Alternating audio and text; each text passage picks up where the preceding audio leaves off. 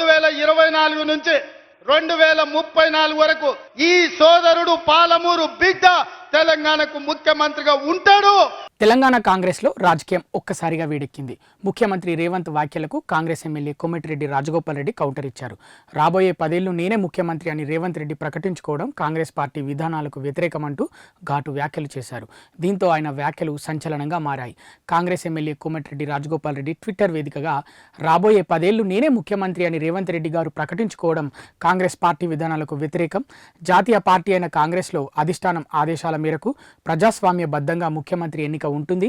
తెలంగాణ కాంగ్రెస్ను వ్యక్తిగత సామ్రాజ్యంగా మార్చుకునే ప్రయత్నాలను నికార్సైన కాంగ్రెస్ నాయకులు కార్యకర్తలు సహించరు అంటూ సంచలన వ్యాఖ్యలు చేశారు.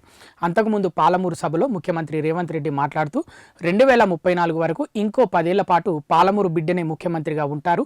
10 ఏళ్లుగా పెండింగ్లో ఉన్న పాలమూరు, కల్వకుర్తి, భీమా కోయిల్ సాగర్ ప్రాజెక్టులను పూర్తి చేసే బాధ్యత నేను తీసుకుంటా. డిసెంబర్ 9 కల్లా అన్ని ప్రాజెక్టుల భూసేకరణ పూర్తి చేసి నిర్వాసితులకు పూర్తి స్థాయిలో నష్టపరిహారం చెల్లిస్తామని వ్యాఖ్యలు చేశారు.